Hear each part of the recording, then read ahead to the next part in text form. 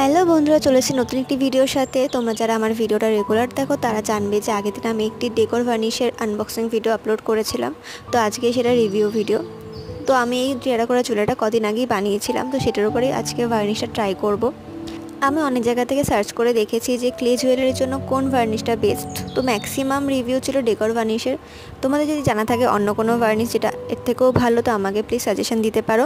এবং এটা আমার খুবই পছন্দ হয়েছে, আর টেক্সচারটাও সুন্দর, বেশ জল জল নয়, একটুখানি হালকা গাঢ় আছে। তো তোমরা ভিডিওটা দেখো, যদি ভালো লাগে বা হেল্পফুল হয় তাহলে ভিডিওটা একটি লাইক করে শেয়ার করে দিও।